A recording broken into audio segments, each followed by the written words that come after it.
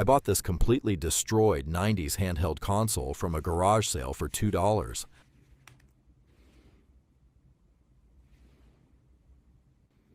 It was buried in mud for years, but the motherboard still looked alive.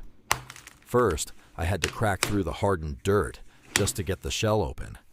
Scrubbing a decade of grime off this plastic in warm, soapy water is the most satisfying thing ever. Let's get the final screws in.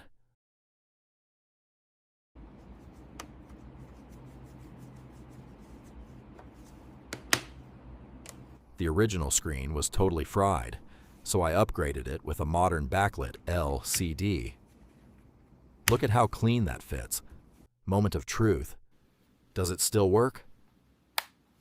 Yes. $2 into a retro masterpiece. What should I play first?